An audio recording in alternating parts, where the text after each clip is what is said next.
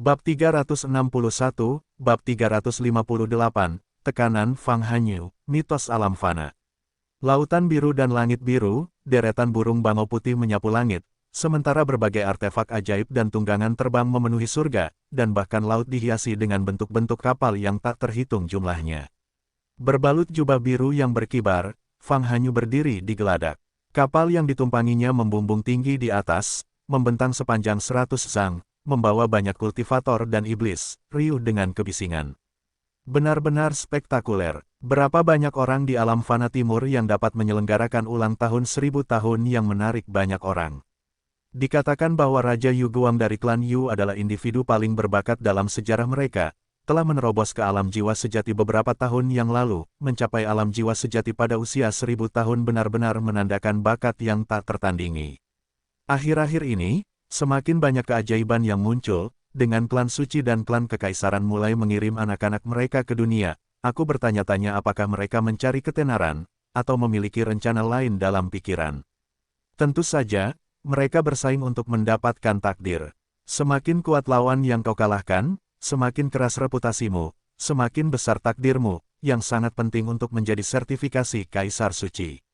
Sekuat apapun Raja Yu Guang, apa dia dibandingkan dengan Tiandao Fang Wang? Fang Hanyu mendengarkan bisikan di belakangnya, tatapannya tidak berubah, seolah-olah dia tidak mengenal Fang Wang dengan baik. Menatap keluar dengan mata jahat hatinya yang mutlak, dia melihat kota terapung besar di Cakrawala, dengan banyak pulau terapung mengelilinginya, tamu mengalir masuk dari segala arah. Nak, klan Yu tidak sederhana, fondasi mereka sangat kuat, menelusuri kembali ke era Kaisar Hongxuan. Tentunya tuanmu tidak akan membawamu ke dalam bahaya. Suara roh pedang 10.000 tahun bergema di benak Fang Hanyu.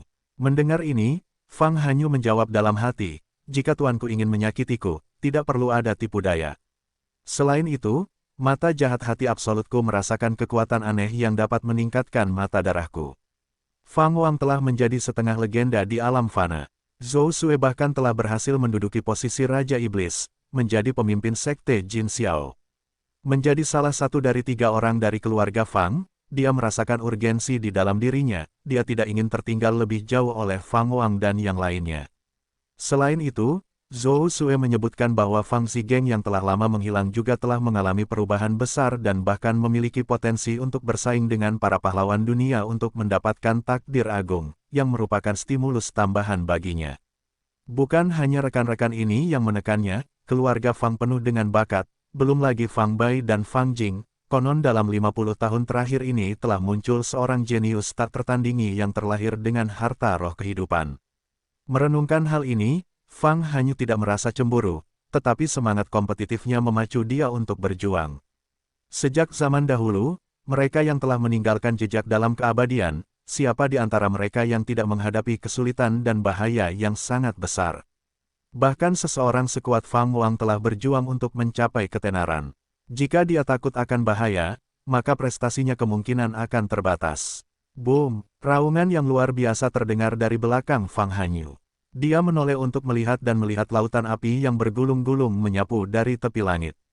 Di dalam kobaran api itu membumbung seekor burung phoenix raksasa, di atas kepalanya berdiri 2 sosok. Hong Xianer dari dinasti Dewa Yu Agung dan Peritaisi dari Istana Suzhen, mereka benar-benar datang juga. Seseorang berseru, yang mengarah ke diskusi lebih lanjut.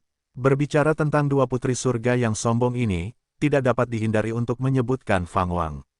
Dikabarkan bahwa alasan mengapa Fang Wang dengan gigih membela dinasti Dewa Yu Agung adalah karena Hong Xianer. Adapun Peritaisi, dia telah memberikan kontribusi yang signifikan terhadap bidang Tao Fang Wang, Kunlun, dan tentu saja mengundang kritik. Fang Hanyu merasakan aura Hong Xianer dan diam-diam merasa kagum. Musuh yang tak terkalahkan, Hong Xianer memberinya perasaan tak terkalahkan, seberapa kuat Fang Wang, yang melindunginya. Saat memikirkan Fang Wang, Fang Hanyu menarik napas dalam-dalam. Sudah lebih dari 100 tahun sejak terakhir kali dia melihat Fang Wang. Intuisinya mengatakan kepadanya bahwa kemajuan Fang Wang pasti mencengangkan, mungkin mencapai keadaan tak terkalahkan di alam fana. Tidak, ini tidak akan berhasil. Kesempatan ini, dia harus mendapatkannya. Tatapan Fang Hanyu menjadi tegas. Waktu berlalu, dan 10 tahun telah berlalu. Tahun 2032 telah tiba. Di bawah sinar matahari, di sebuah villa yang berdiri sendiri, Fang Wang sedang duduk bersila di halaman, mata terpejam, tidak bergerak. Pada saat itu, gerbang halaman terbuka, dan Yang Liner, mengenakan setelan jas hitam, masuk. Mengenakan kemeja putih di bagian dalam, sepatu hak tinggi, dan menenteng tas kecil, dia memancarkan pesona dewasa seorang wanita sukses. Warna kulitnya yang tadinya kehijauan telah memudar, membuatnya tampak berusia sekitar 30 tahun, lebih feminin daripada 10 tahun sebelumnya. Dia hampir berusia 40 tahun. Melihat Fang Wang bermeditasi, Yang Liner tidak menyapanya, tetapi diam-diam masuk ke dalam rumah. Meskipun keduanya belum menikah, mereka secara efektif adalah suami istri. Yang Liner tidak kecewa dengan keinginan Fang Wang untuk tidak memiliki anak, dia sebenarnya senang, karena dia juga tidak menginginkan anak. Awalnya, dia merasa cemas dan khawatir Fang Wang akan meninggalkannya suatu hari nanti. Namun, sejak Fang Wang menemaninya ketika dia meninggalkan kota Donghai 7 tahun lalu untuk menetap di kampung halamannya, dia merasa sangat tenang dan percaya bahwa pria ini akan tinggal bersamanya seumur hidup. Orang tuanya telah bertemu dengan Fang Wang dan memiliki kesan yang baik tentangnya. Mengenai masalah tidak memiliki anak, orang tuanya tidak terlalu keberatan, karena Yang Jun telah memiliki 3 orang anak, jadi bahkan ketika Yang Liner bertambah tua, dia akan memiliki generasi muda untuk merawatnya. Fang Wang perlahan membuka matanya, cahaya aneh berkelebat di dalam dirinya. Selama 10 tahun ini, dia telah mempelajari integrasi teknik kebebasan Jiu Yu dan Sekte Dewa Lingqiao, dan sekarang, dia merasa bahwa dia sudah dekat dengan keberhasilan. Harus dikatakan bahwa kitab perubahan Suandu sangat membantunya, memperdalam pemahamannya tentang aturan universal, dan memberinya wawasan yang lebih dalam tentang navigasi dan transportasi selama pencerahannya. Menurut rencananya saat ini, selama integrasinya berhasil, kecepatannya melintasi langit dan bumi akan menjadi semakin cepat, dan dia juga dapat meninggalkan jejak yang memungkinkannya untuk kembali ke alam manapun yang telah dikunjunginya kapan saja. Semakin Fang Wang memikirkannya, semakin dia menantikannya. Kehidupan di bumi damai dan bahagia, namun Fang Wang pada dasarnya mencintai pertempuran dan masih ingin melawan anak-anak sombong dari berbagai alam. Dia berdiri, bersiap untuk kembali ke dalam untuk menemukan Yang Liner. Saat ini, Yang Liner memiliki perusahaannya sendiri dan merupakan salah satu pengusaha top di kota itu. Dengan kekayaan keluarga lebih dari 10 miliar, kehidupan mereka sangat stabil, tanpa kekhawatiran saat ini. Tepat saat Fang Wang mencapai ambang pintu, dia tiba-tiba merasakan sesuatu dan menoleh untuk melihat ke langit. Yang Liner menuruni tangga ke koridor, sambil mengikat rambutnya dengan karet gelang, dia melihat ke arah Fang Wang di luar pintu dan bertanya, "Mengapa kamu tidak masuk?" Fang Wang berbalik dan tersenyum, "Aku ingin keluar untuk membeli beberapa barang, aku akan segera kembali."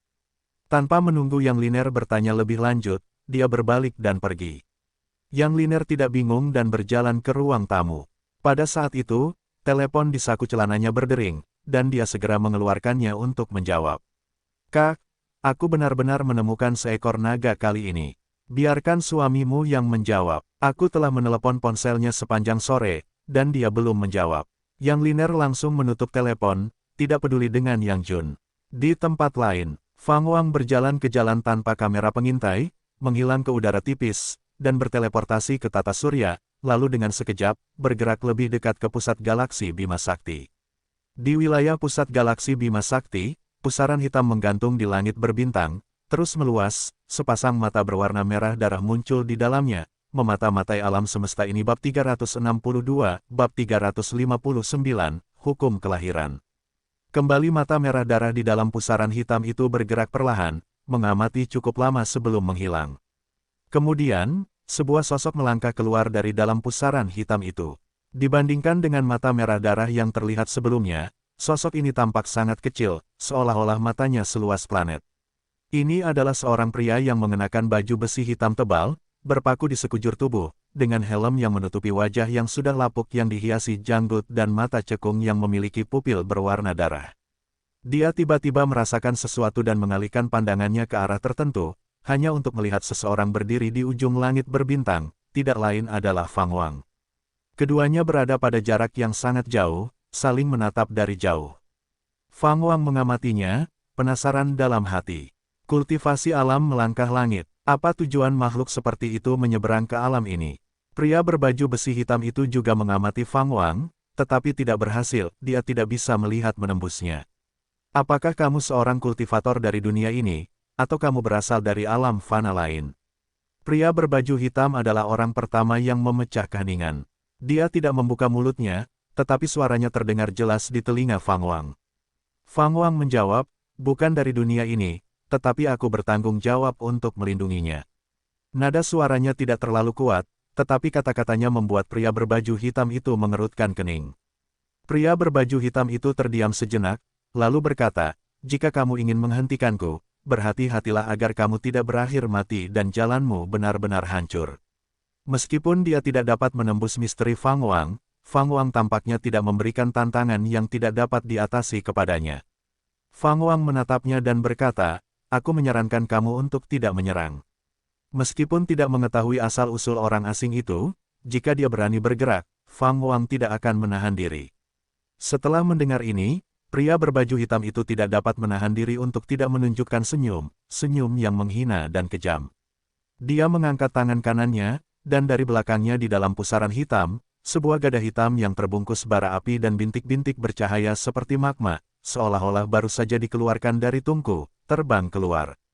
Struktur ruang di langit berbintang ini mulai bergetar, dan bahkan Fang Wang, dengan tubuh tiran yang tertinggi dari geng surgawinya, merasakan sedikit panas.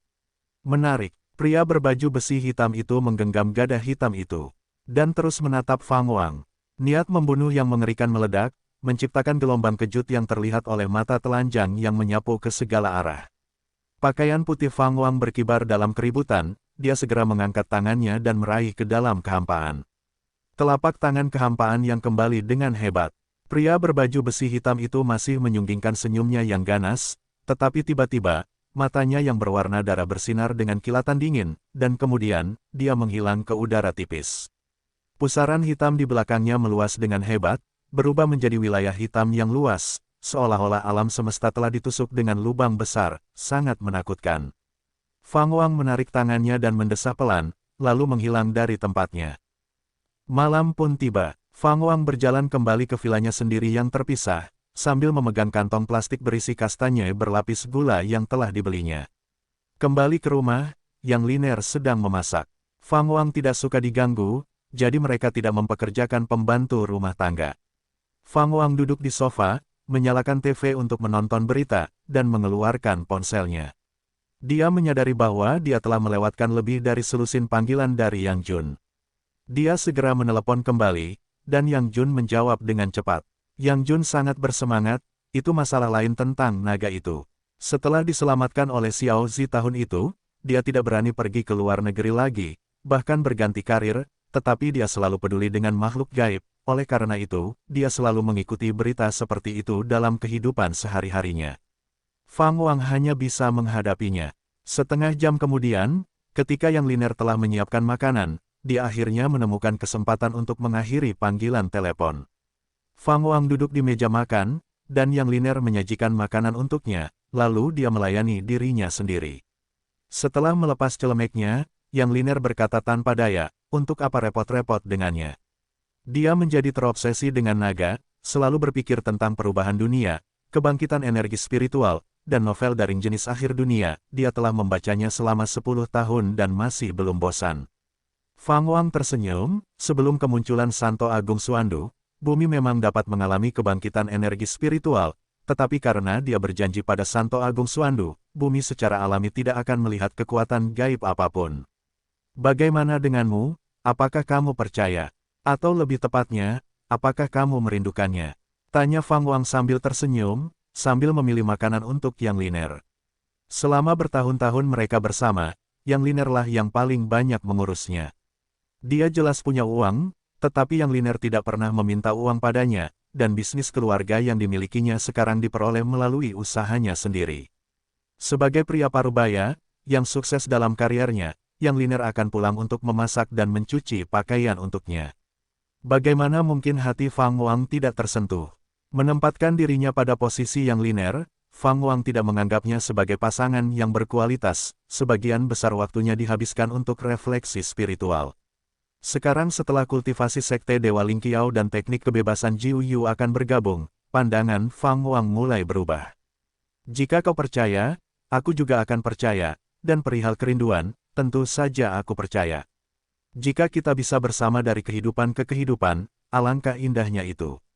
Selama bertahun-tahun, aku menghabiskan sebagian besar waktuku untuk bekerja. Aku hampir berusia 40 tahun, dan meskipun orang lain berkata aku telah merawat diriku dengan baik dan masih terlihat seperti gadis muda, aku tahu masa mudaku sudah tidak ada lagi. Mungkin aku seharusnya tidak bekerja terlalu keras dan seharusnya menghabiskan lebih banyak waktu untuk menciptakan kenangan indah bersamamu, kata Yang Liner sambil menusuk nasinya dengan sumpitnya, matanya beralih ke jendela, nadanya dipenuhi dengan emosi. Fang Wang berkata sambil tersenyum, kalau begitu di kehidupan kita selanjutnya, kita akan bertemu di dunia kultivasi. Bukankah kau dulu suka menonton drama sejarah? Bukannya aku, sebagai Raja Iblis terkuat di 3 alam, akan memanjakanmu. Yang Liner meliriknya, tetapi sudut mulutnya yang terangkat mengkhianati kegembiraan di dalam dirinya. Mungkin karena mereka tidak pernah punya anak, dia tetap seperti gadis di depan Fang Wang. Bukankah kamu pernah mengejekku, mengatakan bagaimana mungkin ada makhluk tertinggi di dunia kultivasi yang akan menyerahkan ribuan tahun kultivasi demi cinta? Goda Yang Liner. Fang Wang tertawa, memanjakanmu bukan berarti aku harus menyerahkan kultivasiku. Mengapa kamu harus menjadi Raja Iblis terkuat di 3 alam di kehidupan kita selanjutnya, sementara aku hanya bisa menjadi kultivator wanita biasa? Aku tidak setuju, aku ingin membalikkan keadaan, biarkan aku memanjakanmu. Keduanya mulai bertengkar, dan meskipun hanya ada 2 orang di rumah, itu sama sekali tidak sepi. Lampu di dalam villa begitu hangat, seperti di sebagian besar rumah tangga di alam fana. Malam pun tiba, setelah Yang Liner tertidur, Fang Wang diam-diam bangun dan duduk bersila di ruang tamu. Dia mengirimkan kesadarannya ke gelang giok, dan segera merasakan kesadaran Zhou Sue. Kesadarannya tiba di alam ilusi dan melihat Zhou Sue. Baru-baru ini aku mempelajari keterampilan ilahi lainnya dari orang suci Agung Xuandu. Dengarkan, lihat apakah kau tertarik. Fang Wang memulai, lalu ia mulai memperkenalkan transformasi ilahi Xuan Yuan. Zhou Sue mendengarkan dengan saksama. Begitu Fang Wang selesai, ia mengangguk ringan dan berkata, metode yang bagus untuk menciptakan avatar. Meskipun itu tidak dapat membuat kekuatan seseorang melonjak maju, itu dapat memainkan peran penting dalam banyak situasi. Fang Wang menunjukkan senyum dan hendak berbicara ketika nada bicara Zhou Sue berubah dan ia bertanya, benarkah? Sebenarnya untuk apa kau di sini? Keterampilan ilahi seperti itu bukanlah sesuatu yang kau cari. Aku belum pernah melihatmu begitu malu-malu. Mungkinkah itu karena wanita di alam fana yang tertindas itu? Fang Wang hampir tidak dapat menahan diri, wanita benar-benar terlalu sensitif dalam hal-hal ini, bukan? Sebenarnya, aku ingin bertanya apakah ada metode reinkarnasi khusus yang memungkinkan seseorang terlahir kembali ke kehidupan yang baik dan mempertahankan ingatannya, tanya Fang Wang, berpura-pura tenang. Meskipun dia kuat, dia tetap tidak bisa membalikkan hidup dan mati. Jika dia langsung membawa Yang Liner ke dunia kultivasi, dengan bakatnya, berapa ratus tahun dia bisa hidup. Metode reinkarnasi, memang ada metode seperti itu, tetapi aku punya cara lain yang bisa membuatnya terlahir kembali tanpa bereinkarnasi dan mendapatkan bakat luar biasa. Itu semua tergantung pada apakah kamu mengizinkanku membantunya, tanya Zhou Sue dengan campuran senyum dan keseriusan. Tatapannya membuat hati Fang Wang berdebar-debar karena gelisah. Bab 363, Bab 360, Kesempurnaan Agung Surga Kebebasan Tanpa Beban, Alam Fana selangkah demi selangkah. Menghadapi senyum Zhou Sue yang menakutkan, Fang Wang merasa tertekan. Bukankah mereka sudah setuju untuk tidak mempedulikannya? Fang Wang berkata dengan sungguh-sungguh, di dunia ini, aku paling percaya padamu. Wanita lain, termasuk Fang Hanyu, tidak sebanding denganmu di hatiku. Apapun yang kau katakan untuk kulakukan, akan kulakukan. Tentu saja, jika kau tidak senang, kita bisa melupakan masalah ini. Sungguh, kuakui aku mungkin berjuang melawan kesepian, tetapi kaulah yang paling kusayangi. Jika bukan karena nasihatmu sebelumnya, aku tidak akan pernah menerimanya. Fang Wang merasa malu dengan kata-katanya sendiri. Zhou Sue tidak bisa menahan diri untuk tidak menutup mulutnya dan tertawa. Dia menatap Fang Wang dengan mata yang menyimpan campuran kasih sayang dan celaan yang tak terlukiskan. Tidak heran begitu banyak wanita, bahkan jika mereka tidak bisa memilikimu, bersedia tetap murni untukmu, berharap kau akan berubah pikiran, dengan bakatmu yang dipadukan dengan lidah perakmu, kau benar-benar kutukan bagi para kultivator wanita di seluruh surga dan dunia. Fang Wang dapat dengan jelas merasakan bahwa Zhou Sue tidak marah, jadi dia bertanya, apa metode yang kau bicarakan? Alih-alih menjawab, Zhou Sue bertanya balik, kau berharap dia memiliki kualifikasi yang lebih baik, tetapi apakah kau berharap dia menjadi fas di bawah perlindunganmu selamanya, atau seseorang yang dapat berdiri sendiri dan bahkan membantumu saat dibutuhkan? Fang Wang berpikir, meskipun dia berbicara tentang memanjakan Yang Liner, dia sangat menyadari sifatnya yang kuat. Dia telah lama menyatakan kesediaannya untuk mendukung Yang Liner sepanjang hidupnya karena, di matanya, hidupnya sangat singkat, tetapi Yang Liner tidak pernah setuju dan masih berusaha untuk membangun karirnya sendiri, sekarang mencapai kesuksesan besar. Sepertinya kau telah membuat keputusan. Aku akan datang untuk mencarimu. Kamu tidak boleh memberitahunya tentang hal ini, dan lebih baik jangan katakan padanya bahwa kamu bisa berlatih kultivasi. Zhou Sue berbicara dengan serius. Fang Wang bertanya dengan heran, bagaimana kamu akan menemukanku? Aku tidak menganggur selama bertahun-tahun, lanjutkan saja kultivasi yang sudah kamu rencanakan, kata Zhou Sue dengan bersemangat. Melihat senyumnya, sepertinya kemajuannya selama bertahun-tahun cukup berarti. Fang Wang merasa senang melihatnya bahagia, dan suasana hatinya sendiri menjadi cerah. Keduanya membahas hal-hal lain, berbicara selama beberapa jam seperti biasa. Setelah malam itu, Fang Wang mulai mempelajari teknik fusi dengan sepenuh hati tanpa mengungkapkan apapun tentang kultivasinya kepada Yang Liner. Kehidupan di bumi tenang seperti air yang tenang, dan waktu berlalu dengan cepat. 7 tahun kemudian, tahun 2039 pun tiba. Pada pagi yang cerah ini, Fang Wang akhirnya mencapai pencerahan. Menggabungkan latihan Sekte Dewa Lingqiao dengan teknik kebebasan Jiu Yu adalah tugas yang paling menguras energi yang pernah dilakukannya, tetapi untungnya, ia berhasil. Disertai dengan perasaan familiar yang memusingkan, kesadarannya tiba di dalam istana surgawi. Fang Wang segera mulai mengolah teknik rahasia baru itu, penuh dengan antisipasi untuk itu, jadi ia tidak takut menghabiskan waktu bertahun-tahun untuk itu. Ia siap memasuki pengasingan selama puluhan ribu tahun. Waktu di dalam istana surgawi berlalu dengan cepat, dengan 1 tahun berlalu seperti sehari. Fang Wang bergerak terus-menerus, sosoknya berkedip-kedip, dan kadang-kadang menyebabkan lingkungan istana surgawi bergeser, benar-benar seolah-olah ia sedang melintasi dunia yang berbeda. Inilah kekuatan istana surgawi, yang memberi Fang Wang perasaan benar-benar melintasi dunia. Itu bukan hanya perubahan lingkungan, itu juga mencakup pergeseran hukum langit dan bumi. Selain itu, setiap dunia baru memberinya sensasi yang berbeda, dan ia bahkan merasakan bagaimana rasanya menghadapi hambatan dari alam atas. Bahkan dengan penguasaan kesempurnaan agung dalam Sekte Dewa Lingqiao dan teknik kebebasan Jiu Yu, mengolah teknik ini tetap sulit. Untuk mencapai kesempurnaan kecil, ia membutuhkan waktu 2000 tahun. Untuk mencapai kesempurnaan agung, 8000 tahun. Berlalu, dari kesempurnaan agung hingga kesempurnaan agung, Fang Wang merasa seolah-olah tidak ada akhir yang terlihat. Ia berulang kali membayangkan berbagai situasi di mana ia mungkin menghadapi kesulitan yang mengerikan, dan pada saat-saat seperti itu, teknik ini akan menjadi kartu truf terkuatnya. Dengan keyakinan ini, ia bertahan, mengolah dengan sungguh-sungguh.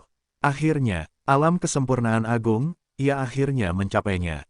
Pada saat ia mencapai kesempurnaan agung, Fang Wang dibanjiri dengan pencerahan tanpa batas.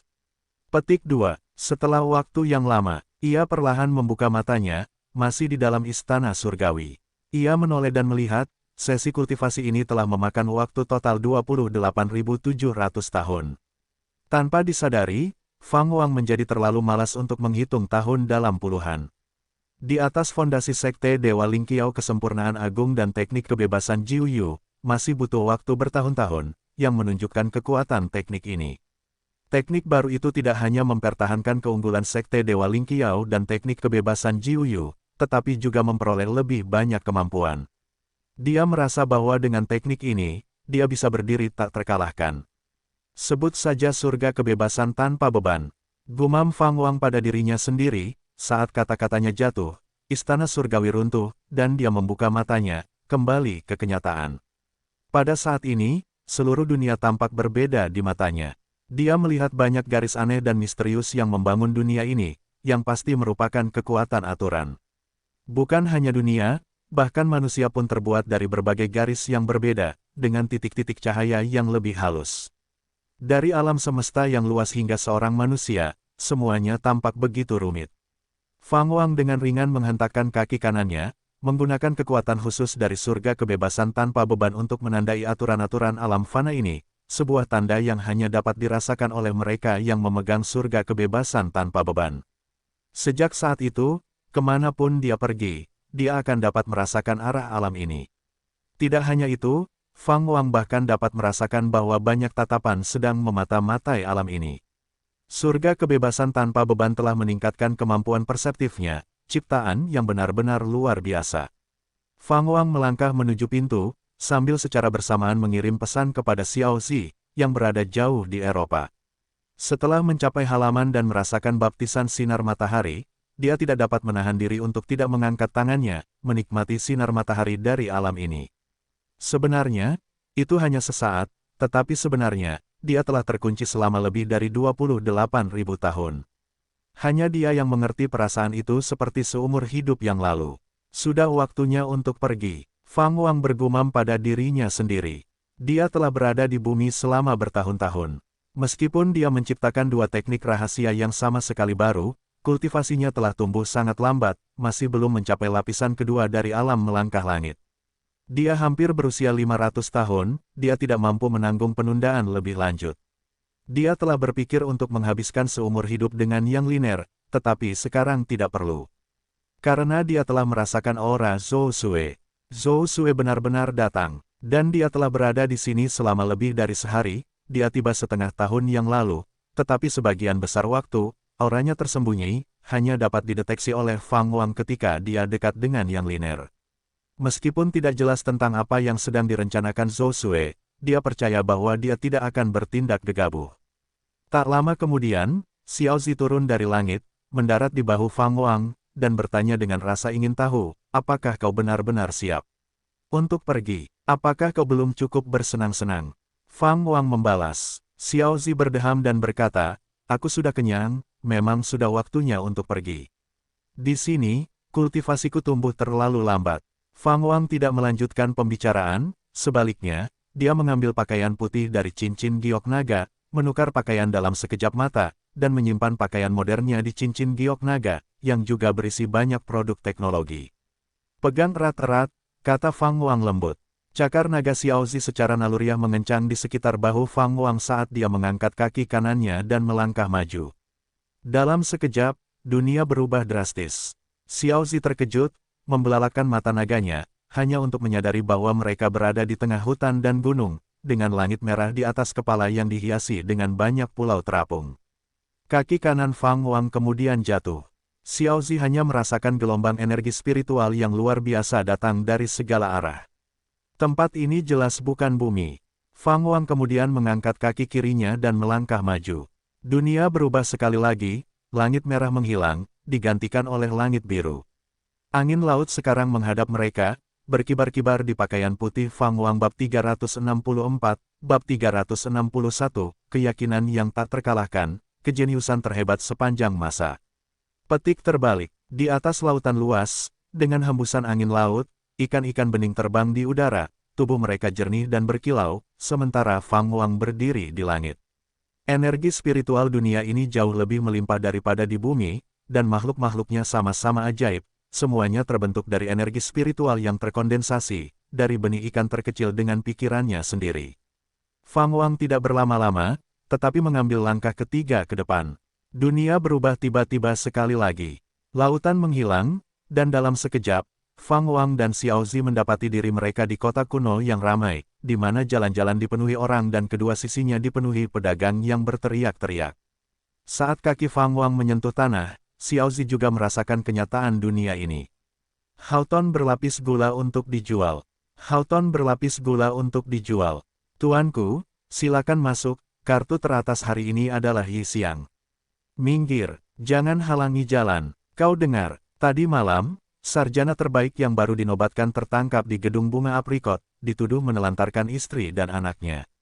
Suara-suara dari segala arah membawa rasa realitas bagi Xiaozi. Di pinggir jalan, seorang gadis muda memegang panekuk menatap Fang Wang dan Xiaozi, matanya membelalak, dan mulut kecilnya menganga, seolah-olah dia telah melihat hantu. Kemudian, Fang Wang melangkah lagi, dan saat dia mengangkat kakinya, dia dan Xiaozi menghilang ke udara tipis. Detik berikutnya, mereka tiba di bagian lain dari alam fana. Dengan cara ini, Fang Wang melintasi dari satu alam fana ke alam fana lainnya, bergerak begitu cepat sehingga Xiaozi terpesona, mulut naganya menganga dalam keheningan yang tercengang. Xiaozi menganggap dirinya duniawi, tetapi belum pernah melihat teknik seperti itu. Di dalam hatinya, citra Fang Wang tumbuh lebih tinggi. Awalnya ia mengira Fang Wang menghabiskan puluhan tahun di bumi demi kesenangan, tetapi ternyata ia telah memahami keterampilan ilahi semacam itu. Sungguh di luar dugaan, Xiaozi tidak dapat memahami bagaimana Fang Wang mencapai ini, dan hatinya dipenuhi dengan kekaguman yang tak terbatas. "Tuan, apakah Anda sekarang tak terkalahkan?" Xiaozi bertanya dengan gembira, berjuang untuk menahan kegembiraannya. Fang Wang terus maju, menatap lurus ke depan, dan berkata dengan tenang, bagaimana seseorang bisa tak terkalahkan. Hanya saja, di bawah makhluk ilahi yang abadi, ada keyakinan untuk tidak terkalahkan. Keyakinannya di dalam hatinya, jauh melampaui kata-katanya yang sederhana. Xiaozi, mendengar kata-katanya, tentu saja hanya setengah mempercayainya. Berdasarkan karakter sang guru, menjadi tak terkalahkan di alam fana berarti menyapu semua yang ada di hadapannya. Bukankah itu setara dengan legenda naga agung yang turun dari langit? Sebagai seorang putri dari klan naga sejati dari 10.000 tahun yang lalu, ingatan Xiaozi tentang naga agung yang turun dari langit menjadi samar, tetapi ia memahami dengan jelas bahwa, terlepas dari nasibnya yang tragis, ia adalah yang terkuat di alam fana. Jika Fang Wang dapat mencapai begitu banyak hal sebelum usia 500 tahun, seberapa tinggikah ia akan berdiri di masa depan? Memikirkannya saja sudah membuat Xiaozi bersemangat. Saat Fang Wang terus melangkah maju, meskipun ia tidak sengaja berlama-lama, pemandangan alam fana yang berbeda membuat Xiaozi terpesona. Setelah 100 langkah, Fang Wang telah meninggalkan alam fana tempat bumi berada jauh di belakang. Ia berhenti berjalan, menoleh ke belakang, dan mendapati aura bumi begitu jauh, hampir tak terjangkau, dan kehadiran yang linear bahkan semakin tak terdeteksi. Pada saat itu, ia berdiri di atas tebing, dan angin pegunungan yang sejuk bertiup melewatinya, mengibarkan pakaian putihnya. Rambut hitamnya mulai tumbuh panjang, mencapai pinggangnya sebelum berhenti tumbuh. Ia tiba-tiba berubah dari sosok modern menjadi sosok Master Wang Dao, dengan aura abadi dan tulang belulang Tao, menyingkirkan jejak debu duniawi dari tubuhnya. Inilah dirinya yang sebenarnya. Energi spiritual di sini bagus. Mari kita berkultivasi di sini untuk saat ini, kata Fang Wang, merasakan energi spiritual surga dan bumi. Kehebatan alam yang melangkahi langit tidaklah cukup baginya.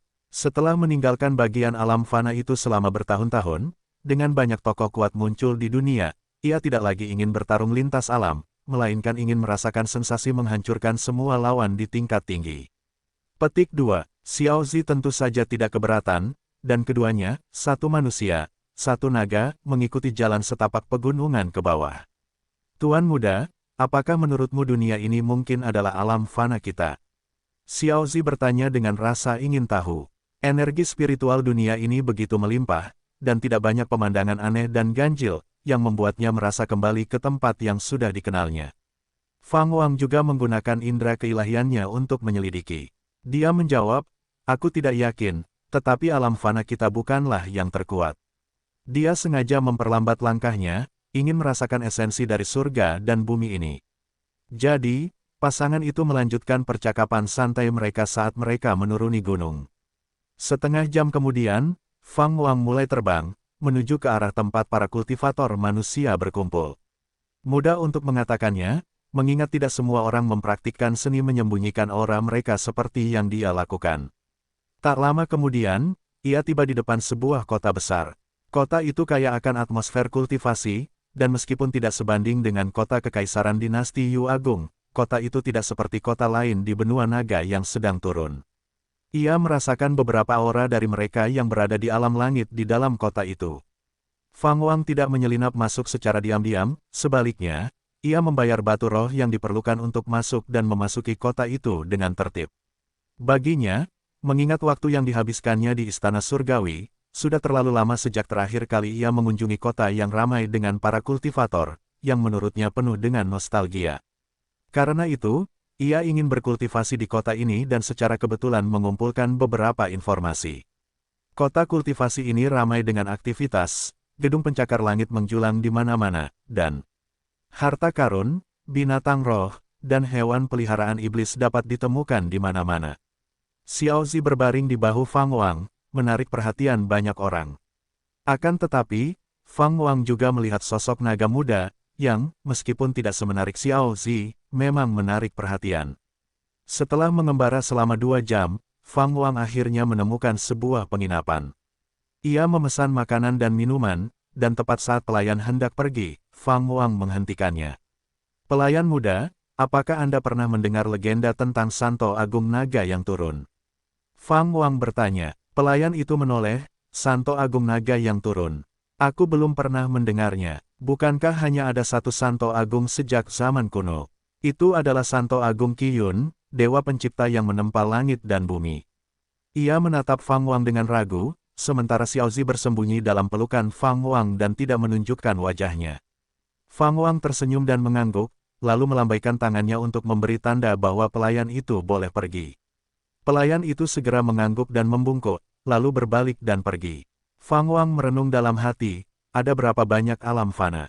Ia telah melintasi begitu banyak dunia dan masih belum dapat menemukan alam fana tempat asalnya. Mengingat hal ini, Dewa Malapetaka dan pencari jalan keabadian memang luar biasa karena telah menariknya ke tempat yang begitu jauh dan tak terbatas. Tentu saja, mungkin juga alam fana tidak ada dalam dimensi yang sama, tetapi didistribusikan dalam hubungan yang jauh lebih rumit. Pelayan pertama-tama membawakan sebotol anggur, yang harum dengan energi spiritual. Fang Wang mulai menuangkan minuman untuk dirinya sendiri. Ada banyak kultivator di dalam penginapan, di setiap meja, orang-orang berbicara. Tiba-tiba, perhatian Fang Wang tertarik oleh percakapan di meja terdekat. Tidak pasti apakah Jirutian akan berani menerima tantangan itu. Setan yang terhormat Chang, menggunakan kehidupan seluruh generasi sebagai pengaruh, memaksa Jirutian untuk menghadapinya dalam pertempuran, dengan hanya 5 tahun tersisa.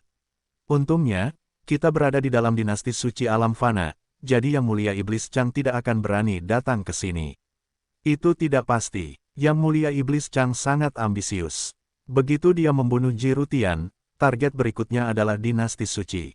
Jirutian pasti akan menerima tantangan itu. Dia adalah jenius yang tak tertandingi sepanjang masa, telah membuktikan dirinya. Bahkan dengan 6.000 tahun kultivasi Yang Mulia Iblis Chang, dia tidak sebanding dengannya. Sangat disayangkan bahwa pertempuran ini terlalu jauh dari kita tidak dapat pergi dan mendukung Jirutian. Jirutian. Fang Wang mengangkat alisnya, merasa bahwa nama ini terdengar agak familiar, seolah-olah dia pernah mendengarnya di suatu tempat sebelumnya. Setelah mengingatnya dengan hati-hati, dia tiba-tiba menyadari. Bukankah ini jenius yang lahir pada hari yang sama persis dengannya? Jika bukan karena kemunculannya yang menakjubkan, jalan Jirutian akan mirip dengan Fang Wang, seorang jenius tak tertandingi yang mendominasi zaman. Mengapa dia ada di sini? Apakah itu hanya kebetulan nama? Atau memang benar dia? Bab 365, Bab 362, Jalan Menuju Keabadian, itu benar-benar dia. Yang Liner merasa seolah-olah baru saja terbangun dari tidur, tidak yakin berapa lama dia telah tidur. Bahkan sebelum membuka matanya, dia merasakan sakit kepala yang luar biasa. Sambil berjuang, dia membuka matanya dan disambut oleh kabin yang kacau. Masker oksigen tergantung di setiap kursi, dan percikan listrik sesekali meledak dari panel di atas kepala. Yang Liner menoleh dan melihat Yang Jun terkulai di kursinya, dahinya berdarah, yang mendorongnya untuk segera memeriksa kondisinya. Untungnya, Yang Jun masih bernapas dan belum meninggal. Dia menepuk bahunya dengan lembut, mencoba membangunkannya. Tak lama kemudian, Yang Jun akhirnya sadar kembali. Dia juga mengalami sakit kepala yang luar biasa tetapi untungnya dapat berkomunikasi. Penumpang lain di kabin perlahan-lahan terbangun. Setelah memastikan bahwa Yang Jun baik-baik saja, kedua bersaudara itu membuka sabuk pengaman mereka dan mengikuti penumpang lain menuju pintu keluar pesawat. Mengapa tidak ada sinyal? Seorang gadis dengan rambut acak-acakan berteriak sambil memegang teleponnya, suaranya tercekat karena emosi. Tidak seorang pun menjawabnya, karena yang lain juga sama bingungnya, rasa tidak nyaman menyebar di antara mereka. Pesawat itu telah jatuh, tetapi mereka masih hidup. Mengapa tidak ada tim penyelamat? Mengapa begitu sunyi di luar kabin? Saat Yang Liner dan Yang Jun melangkah keluar dari kabin, mereka, seperti semua orang, tercengang. Mereka mendapati diri mereka berada di tengah gunung, dengan pesawat yang tergelincir berhenti di lerengnya, dan bekas luka sepanjang beberapa ratus meter di medan itu merupakan pemandangan yang mengejutkan. Melihat sekeliling, pegunungan yang tangguh dan hutan yang rimbun memberikan pemandangan yang indah, tetapi pemandangan ini membuat semua penumpang merasakan sensasi yang tidak nyata. Di mana tempat ini? Sama seperti yang lain, Yang Liner mengeluarkan teleponnya. Dia ingin menelepon nomor Fang Wang, tetapi panggilannya tidak dapat tersambung, sama sekali tidak ada sinyal. Yang Jun sama cemasnya, bahkan melupakan luka-lukanya sendiri. Tak lama kemudian, suasana di lereng bukit menjadi semakin mencemaskan. Bunyi, dentuman lonceng di kejauhan menarik perhatian semua orang, membuat mereka menoleh untuk melihat.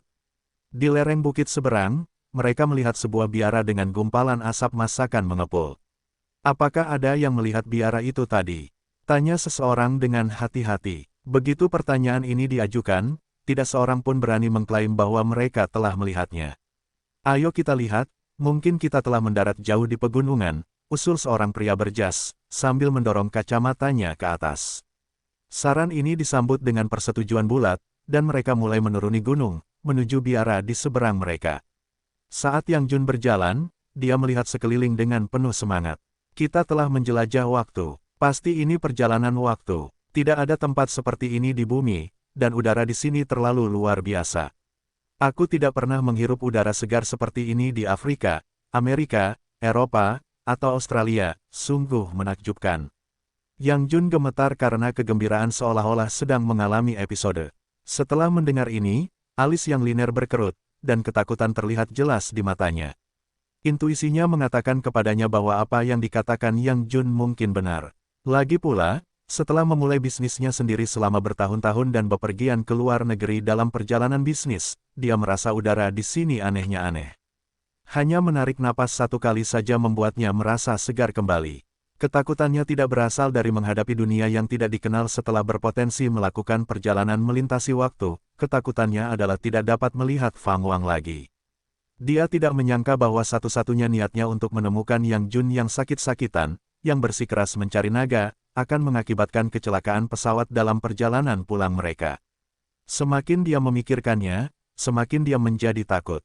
Dia tidak menghiraukan Yang Jun dan terus menekan nomor Fang Wang, berulang kali. Setengah jam kemudian, Yang Liner mengikuti Yang Jun, melangkah masuk ke dalam biara. Bagian dalam biara penuh dengan daun-daun kering, seolah-olah sudah bertahun-tahun tidak dibersihkan. Jaring laba-laba tergantung di setiap sudut dinding, membuat semuanya tampak sangat sunyi. Saat penumpang terakhir memasuki biara, dengan suara keras, pintu-pintu biara tertutup sendiri, mengejutkan semua orang hingga menoleh untuk melihat.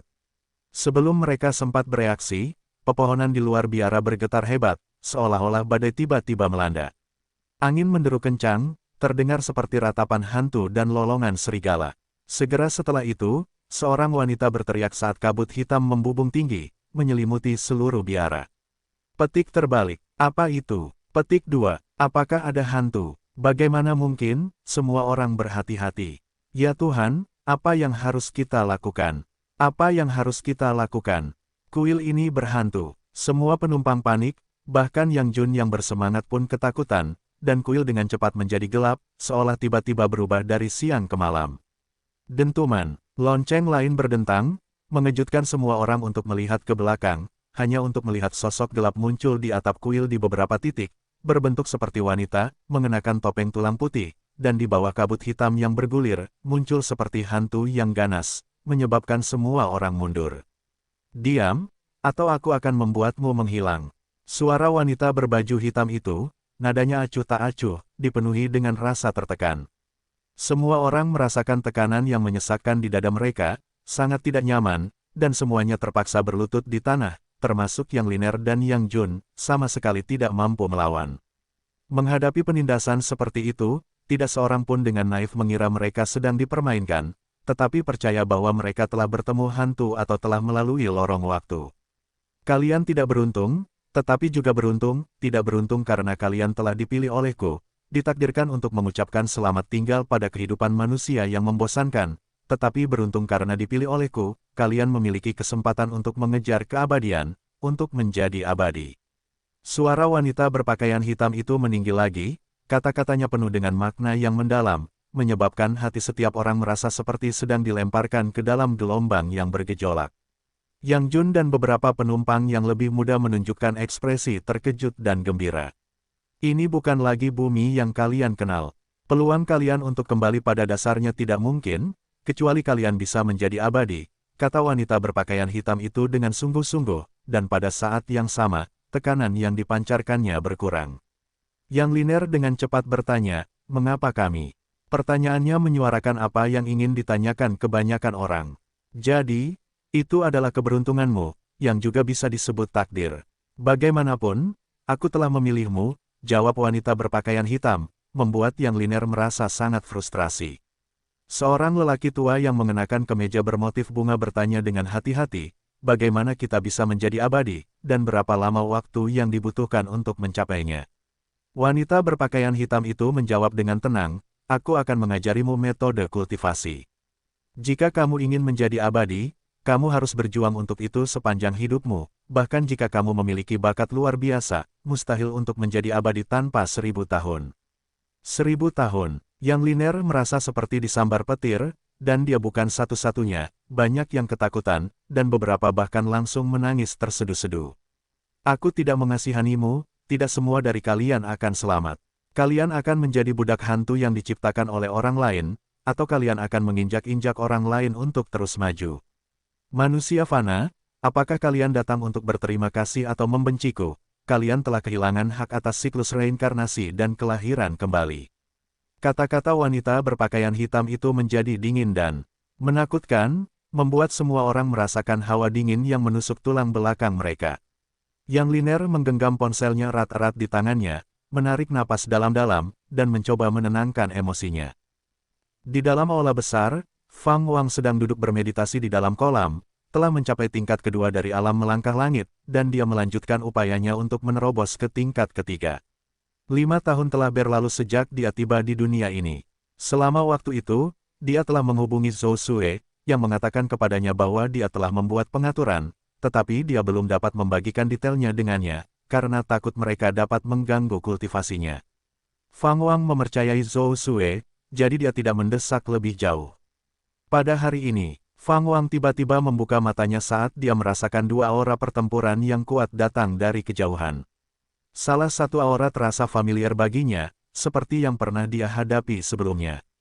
Jadi itu benar-benar dia. Sejak Fang Wang mendengar tentang Jirutian, dia telah mencoba mengingat-ingatannya, dan dia dapat memastikan bahwa salah satu petarung yang jauh itu memang Jirutian yang dia kenal. Bab 366, Bab 363, Jasa, Rencana Darurat Fang Wang. Fang Wang cukup penasaran dengan kemunculan Jirutian di alam ini, jadi dia mulai menyimpulkan nasib Jirutian. Suandu Kitab Perubahan memberi Fang Wang kemampuan luar biasa untuk meramalkan masa depan, yang menjadi lebih kuat setelah terciptanya Kitab Perubahan tak terbatas Dao Surgawi. Dia membuat perhitungan dengan jarinya, dan ekspresinya berubah aneh. Jasa yang luar biasa, setiap langit dan bumi memiliki aturannya sendiri, dan semua takdir dan kekuatan karma bersatu sebagai Dao Surgawi. Merenggut nyawa menyebabkan kebencian dan keterikatan karma korban, menghasilkan kekuatan karma, sedangkan menyelamatkan makhluk mendapatkan rasa terima kasih dan jasa mereka. Jadi, bagi mereka yang ahli dalam seni prediksi, kebaikan atau kejahatan seseorang dapat dinilai melalui jasa dan kekuatan karma mereka. Jasa dan kekuatan karma saling bertentangan. Jika seseorang hanya memiliki kekuatan karma, itu berarti mereka terbebani dengan dosa yang dalam. Jika seseorang hanya memiliki jasa, itu mungkin tidak berarti mereka tidak pernah melakukan kejahatan, tetapi bagi dunia ini, mereka adalah dermawan yang hebat. Fang Wang kemudian menghitung bahwa Jirutian akan segera menghadapi kesengsaraan hidup dan mati. Bukan pertempuran ini, tetapi kesengsaraan kematian yang akan datang setelah eksekusi iblis yang terhormat Chang. Dia berhenti merenung dan melanjutkan kultivasinya. Di sudut aula besar, Xiao Zi tampaknya merasakan sesuatu, mengangkat kepala naganya untuk menatap ke kejauhan, tenggelam dalam pikirannya. Dan begitulah, 1 tahun lagi berlalu. Suatu sore, Fang Wang membuka matanya, menampakkan cahaya yang aneh. Dia meramal sekali lagi, senyum muncul di wajahnya saat dia bergumam pada dirinya sendiri. Tanpa diduga, setelah kultivasiku yang berhasil, kamu adalah orang pertama yang menjalani penyempurnaan spiritual. Kalau begitu, aku akan membantumu. Dia segera memulai buku perubahan tak terbatas Dao Surgawi. Kitab perubahan tak terbatas Dao Surgawi tidak hanya berisi karakteristik kitab suci Dao Surgawi yang maha luas dan kitab perubahan Suandu, tetapi juga mengembangkan efek lainnya. Sejak saat itu, makhluk apapun yang mengolah sebagian metode mental dari kitab suci akan dapat terhubung dengannya. Teknik sebelumnya seperti keterampilan sejati Dao Surgawi dan Suan Gong Dao Surgawi tidaklah cukup, paling tidak, seseorang harus mengolah kitab suci Dao Surgawi yang maha luas agar beresonansi dengannya. Resonansi ini memungkinkan Fang Wang untuk mentransfer sebagian kekuatannya kepada para kultivator. Dia menciptakan fitur ini untuk membantu para pewarisnya, serta untuk meninggalkan jalur kehidupan bagi dirinya sendiri. Dia tidak ingin bergantung pada garis keturunan untuk mendapatkan jalan keluar dan sebagai gantinya mengarahkan pandangannya pada teknik kultivasi. Tentu saja, dia tidak berniat merebut tubuh orang lain, dan pikirannya lebih terfokus untuk mencapai hal ini melalui integrasi teknik kultivasi yang berkelanjutan. Sementara itu, di dunia lain, di dalam sebuah biara, berbalut jubah ungu, Yang Liner duduk bersila di tengah halaman, dikelilingi oleh puluhan orang penumpang yang sama dari sebelumnya. Mereka semua menjadi lebih muda, termasuk Yang Liner dan Yang Jun, yang sekarang tampak baru berusia 17 atau 18 tahun. Pada saat itu, Yang Liner sedang menjalani penyempurnaan spiritual. Energi spiritual yang melonjak mengalir ke dalam dirinya, menimbulkan seruan keheranan dari para penonton. Yang Jun mengepalkan tinjunya, tatapannya ke arah Yang Liner dipenuhi dengan semangat. Energi spiritual berkumpul di atas kepala Yang Liner, dan sosok hantu mulai terbentuk, menjadi semakin jelas. Jika Xiaozi ada di sini, dia pasti akan mengenali bahwa hantu ini adalah sosok Fang Wang. Duduk di atas atap, seorang wanita berpakaian hitam, duduk bermeditasi, diam-diam menyaksikan pemandangan yang terbentang di hadapannya, di bawah topeng tulang putih, matanya berbinar dengan cahaya aneh. Apakah ini harta roh kehidupan? Bukankah yang terhormat mengatakan bahwa harta roh kehidupan setara dengan artefak ajaib? Bagaimana dia berhasil membentuk seseorang darinya? Saya tidak yakin, tetapi saya dapat merasakan bahwa sosok ini mengandung kekuatan yang luar biasa. Saya bertanya-tanya kapan kita akan dapat menjalani pemurnian spiritual. Saya tidak menyangka dia menjadi orang pertama yang berhasil dalam pemurnian spiritual, dia benar-benar membawa kehormatan bagi kami para wanita. Orang-orang di sekitar ramai berdiskusi, semuanya iri pada Yang Liner, tetapi tidak ada ejekan. Semua orang memendam mimpi indah. Yang Liner mendongak dan melihat sosok Fang Wang. Dia tidak terkejut, karena pemurnian spiritual didasarkan pada pikirannya, dan dia ingin membentuk Fang Wang untuk menenangkan kerinduannya dan bahkan mencegah dirinya melupakannya. Jalan kultivasinya sangat panjang. Setelah 6 tahun berlatih, dia baru saja berhasil dalam pemurnian spiritual. Untuk menjadi abadi, seseorang harus berpikir dalam jangka waktu ribuan tahun, dan pada saat dia kembali, Fang Wang pasti sudah lama berubah menjadi tulang putih. Namun, dia tidak putus asa. Jika dia benar-benar menjadi abadi, bahkan jika dia harus mencari melalui ribuan reinkarnasi dan dunia, dia bertekad untuk menemukan Fang Wang. Dia memikirkan makan malam yang mereka lakukan bersama, di mana dia berbicara dengan Fang Wang tentang kultivasi di kehidupan selanjutnya. Dia berkata bahwa dia akan menjadi kuat dan kemudian memanjakan Fang Wang. Sekarang kesempatan telah datang, dan dia penuh dengan semangat juang. Dia telah berhasil dalam pemurnian spiritual, dan kalian semua masih belum berkultivasi. Jika ada yang gagal mencapai pemurnian spiritual dalam 10 tahun, jangan salahkan aku karena bersikap tidak baik. Suara wanita berpakaian hitam mengejutkan semua orang, mendorong mereka untuk segera bubar dan kembali ke kamar masing-masing untuk berkultivasi. Yang Liner mengikutinya, menutup matanya untuk melanjutkan pemurnian spiritualnya. Teknik yang kamu kultivasikan bukan milikku, kata wanita berpakaian hitam, membuat bulu kuduk Yang Liner merinding saat dia membuka matanya karena khawatir. Ketika dia pertama kali mulai berkultivasi, dia secara naluriah mempraktikkan metode pengumpulan Qi dari kitab suci keagungan Dao Surgawi dan berhasil, jadi dia melanjutkannya. Dia selalu waspada terhadap wanita berpakaian hitam, merasa bahwa dia memiliki niat buruk. Tidak apa-apa, teruslah berlatih seperti ini, kata wanita berpakaian hitam dalam kalimat berikutnya, membuat Yang Liner menghela napas lega. Namun, kejadian ini membuat Yang Liner semakin waspada terhadap wanita berpakaian hitam. Matahari terbenam tergantung di atas pegunungan. Di atas tebing, dua sosok duduk di dekat api unggun, salah satunya adalah Ji Rutian. Mengenakan jubah putih, Ji Rutian tampak sama seperti sebelumnya, tampan dan muda, tetapi dengan beberapa helai rambut putih di kepalanya, memberinya aura serius. Duduk di seberangnya adalah seorang pemuda berpakaian sipil, dengan pedang lebar setinggi setengah zang di sampingnya, gagangnya dihiasi sepotong batu giok hijau. "Tuan, kemana kita akan pergi?" tanya pemuda berpakaian sipil itu, alisnya berkerut karena khawatir. Tanpa membuka matanya, Ji Rutian berkata, "Ke barat, untuk mencari keterampilan ilahi terkuat di dunia." "Mengapa dinasti suci mengejarmu, meskipun kamu telah membunuh iblis yang terhormat Chang?" "Mungkin iblis yang terhormat Chang dibesarkan oleh dinasti suci itu sendiri." "Sialan, Tuan, kita harus memberitahu semua orang biasa tentang kebenaran ini. Kaisar tidak berperasaan, kita harus mengungkap perbuatan keji mereka." "Tidak perlu, tuanmu belum sebanding dengan Kaisar, dan mengungkapkan kebenaran akan sia-sia. Bahkan jika semua orang mempercayai kita, apa yang bisa mereka lakukan pada Kaisar?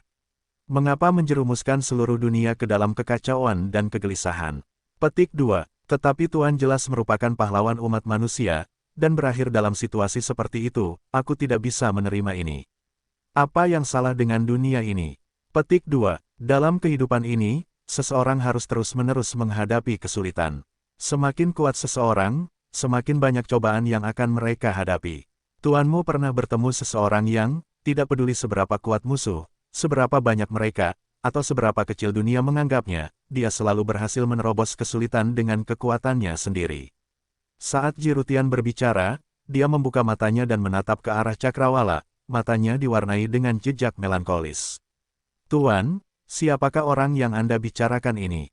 Anda dikenal sebagai orang yang paling berbakat di zaman kuno dan modern, dan ini pertama kalinya saya mendengar Anda berbicara begitu tinggi tentang seseorang." Pemuda berpakaian sipil itu bertanya dengan rasa ingin tahu. Ji Rutian tidak menjawab, terus menatap ke kejauhan, tenggelam dalam pikirannya. Melihat bahwa tuannya tidak ingin berbicara, pemuda itu tidak mendesak lebih jauh. Dia secara refleks menyentuh pedang lebar di sampingnya, matanya dipenuhi dengan tekad.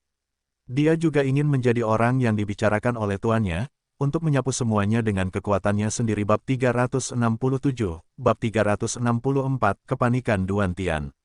Bertahun-tahun telah berlalu. 9 tahun telah berlalu sejak dia membantu Yang Liner dalam pemurnian spiritualnya. Fang Wang akhirnya mencapai lapisan ketiga alam penginjak langit. Usianya juga telah melewati ambang 500 tahun.